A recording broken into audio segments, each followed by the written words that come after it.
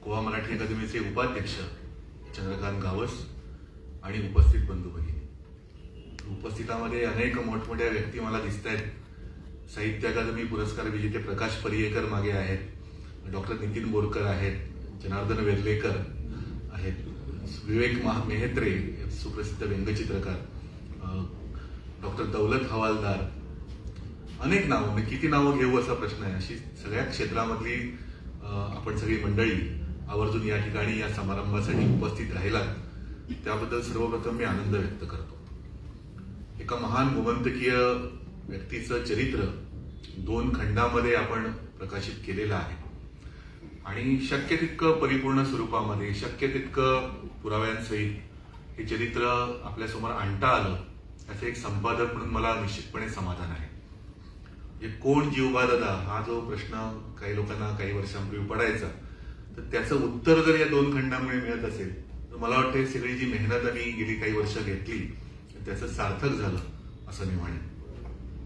1740 ते 1796 म्हणजे 56 वर्षांचं जीवबा दादांचं आयुष्य होतं. जसं मगाशी सामंत सरांनी सांगितलं, उत्तर हिंदुस्थानामध्ये महादजी शिंदेचे सरसेनापती आणि मुत्सद्दी त्याचे कारभारी म्हणून बक्षीबहादर जीवबादादा केरकरांची संपूर्ण कारकीर्द ही केलेली आपल्याला दिसते. शिंदे हे मराठ्यांचे उत्तरेतले सरदार होते पेशव्यांचे. शिंदे, होळकर आणि पवार ही 3 जी घराणी होती त्यांनी सगळं उत्तर हिंदुस्थान त्याचं रक्षण केलेलं होतं. आणि आपल्याला पानिपतची 3री लढाई आपल्याला माहिती असते. 14 जानेवारी 1761 त्या पानिपतच्या लढाईमध्ये मराठ्यांचा दारुण पराभव झालेला होता. त्याच्यामध्ये सदाशिवराव भाऊ धारातीर्थी पडले, त्यांचा पुतण्या विश्वासराव मृत्युमुखी पडला. आणि असं म्हटलं गेलं की एका सावकाराच्या पत्रामध्ये असा उल्लेख आहे की 2 मोती गलत 10-20 अशरफीत फरकात खुर्दाकू रुपयाकू गणित नाही. म्हणजे इतकं नुकसान झालं, इतक्या मोठमोठ्या व्यक्ती त्याच्यामध्ये धारातीर्थी पडल्या की काही राहिलं नाही मराठेशाहीचं. अशा प्रकारचा तो दारुण पराभव त्या लढाईमध्ये, पानिपतच्या 3ऱ्या लढाईमध्ये झालेला होता. बखरकरांनी तर तेव्हा लिहिलं की ज्याचा आप्त इष्ट गेला नाही असा कोणीच दक्षिणेत राहिला नाही, असं त्या पराभवाचं वर्णन बखरकरांनी केलेलं आहे. जे युद्धात वाचले ते भगवंते वाट दिले तिकडे गेले असं ते वर्णन केलेलं आहे. असा दारुण पराभव झाल्यानंतर पुन्हा राखेतून फिनिक्स पक्षानं जशी उभारी घ्यावी, उड्डाण करावं, तशा प्रकारे मराठ्यांनी परत एकदा मराठेशाहीचं छत्रपती शिवाजी महाराजांचा भगवा झेंडा पुन्हा दिल्लीपर्यंत फडकवण्याचं जर काम कोणी केलं असेल तर ते महादजी शिंदे आणि त्यांच्याबरोबर जीवबा दादा आणि संपूर्ण ते केरकर कुटुंब जे होतं, तर त्यांचा पराक्रम, त्या बळावरती ही पुन्हा ही शिवशाही उभी राहिली असं आपल्याला दिसतं. लाल किल्ल्यावर बादशाह शाह आलमला इंग्रजांच्या तावडीतून सोडवून स्थानापन्न करण्यापासून त्या बादशहाचे डोळे काढणाऱ्या गुलाम कादर, इस्माईल बेग सारख्यांचे त्यांचं पारिपत्य करण्यापर्यंत प्रचंड मोठा पराक्रम या सगळ्या कालखंडामध्ये बक्षीबहादर जीवबादादा केरकर आणि समस्त केरकर त्यांचे भाईबंद यांनी त्या काळात गाजवलेला आपल्याला दिसतो. या चरित्राचा जो पहिला खंड 2 वर्षांपूर्वी आपण प्रकाशित केला तर त्याला माझी 64 पानांची संपादकीय प्रस्तावना आहे. मग ती जर तुम्ही वाचलीत तर संपूर्ण जीवबादादा म्हणजे कोण, लखबादादा लाड म्हणजे कोण, त्यांचा पराक्रम काय, हे सगळं आपल्याला त्या चरित्राच्या प्रस्तावनेमध्ये, संपादकीयामध्येच आपल्याला तो इतिहास कळेल. लखबादादा लाड हे पारशाचे होते, पेडणे पारसे. आणि जसं मगाशी सामंत सर म्हणाले की बक्षीबहादर जीवबादादा केरकर हे केरीचे होते. आणि या वीरांनी उत्तरेमध्ये एवढा पराक्रम गाजवला. लखबादादा लाड आग्र्याच्या किल्ल्याचे किल्लेदार होते आणि जवळजवळ 9 महिने त्यांनी तो शत्रूपासून किल्ला लढवून ठेवला होता. आपण आज दिल्लीला सहलीला जातो, लाल किल्ल्यावर आपण जातो, आग्र्याच्या लाल किल्ल्याला, तिथल्या किल्ल्याला भेट देतो, पण तो आपल्याला इतिहास माहिती नसतो. त्यामुळे या गोमंतकी वीरांच्या पराक्रमाचा इतिहास या चरित्राच्या रूपातनं आपल्या समोर निश्चितपणे आला असेल. पुढचा इतिहास सुद्धा तितकाच महत्वाचा आहे. म्हणजे महाजी शिंदेच्या मृत्यूनंतर दौलतराव शिंदेकडे शिंदेशाहीची सूत्र गेली आणि नंतर जे काही उत्तर भारतामध्ये कारस्थान झालं त्याच्यामध्ये जीवबादादांच्या मुलाला नारायणराव बक्षी जो होता तोही तितकाच पराक्रमी होता, तितकाच शूर होता, तोही सेनापती होता. आणि त्याला तोफेच्या तोंडी जळते बाण अंगाला लावून तोफेच्या तोंडी दिलं गेलं.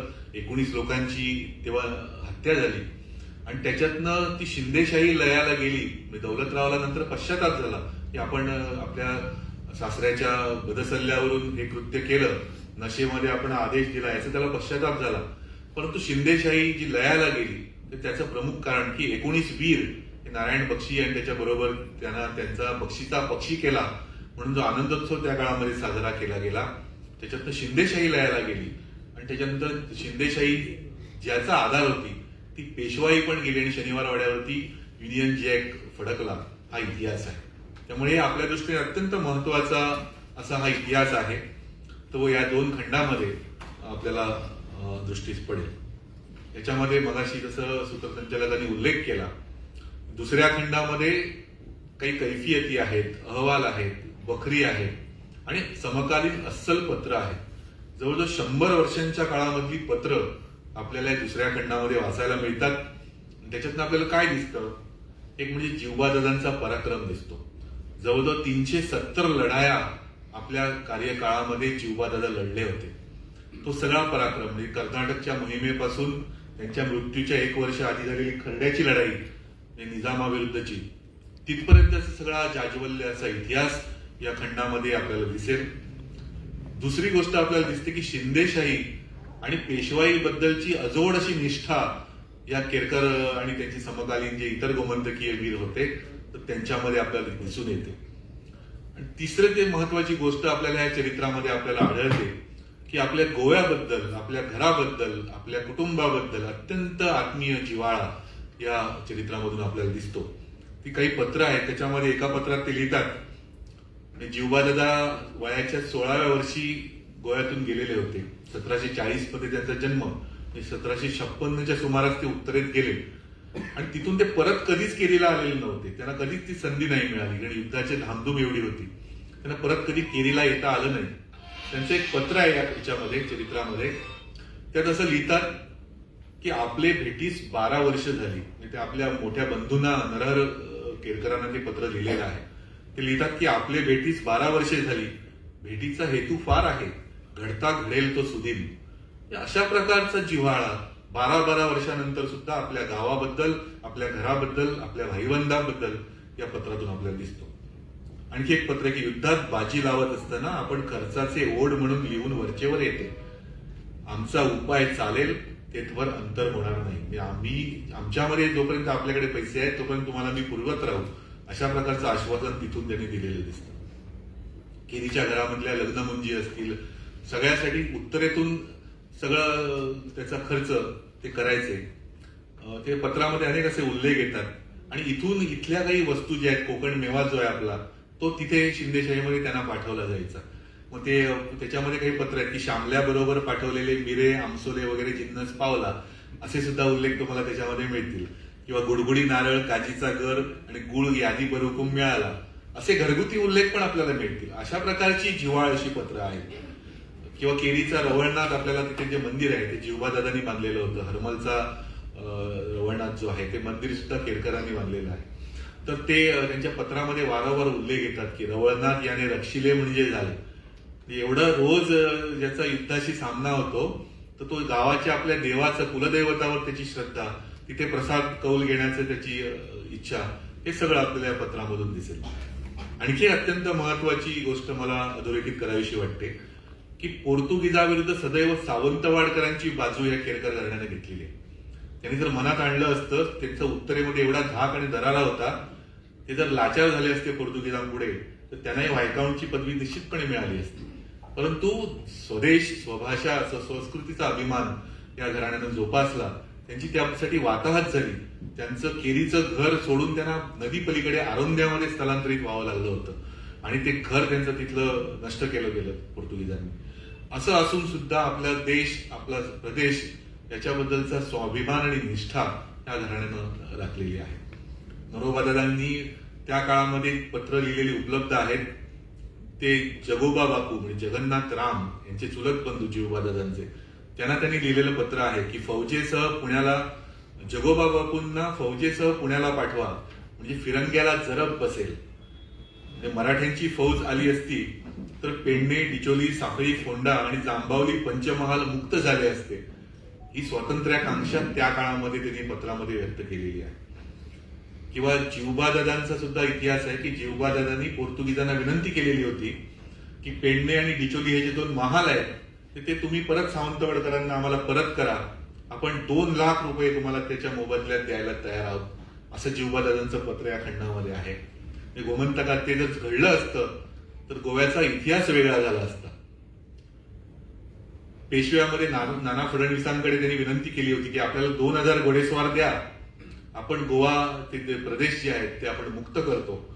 आणि विठ्ठलराव गोरक्ष वालवलीकर नावाचे वकील होते पोर्तुगीजांचे पेशव्यांच्या दरबारामध्ये, तर त्यांची पत्र इथे या चरित्रामध्ये नाहीत पण अन्यत्र उपलब्ध आहेत.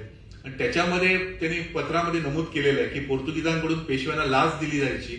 तिथले कारभारी जे होते त्यांचं नाव मी इथे उल्लेख करत नाही, त्यांना सोन्याचे दागिने पोर्तुगीजांकडून पाठवले जायचे.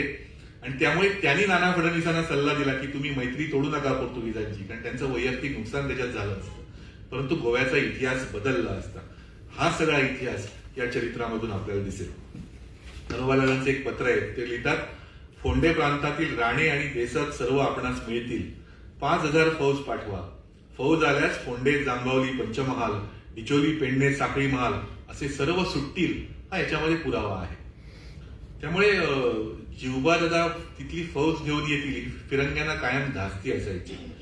पण हे फक्त जिवबादादांचं चरित्र नाही. मी जास्त आपला वेळ घेणार नाही. केदार फळकेंचं मुख्य भाषण आपण सगळे ऐकण्यासाठी आलात, मला कल्पना आहे, परंतु त्या चरित्रामध्ये काय आहे हे सुद्धा आपल्याला समजलं पाहिजे, म्हणून मी हे थोडं विवेचन विस्तारानं केलं.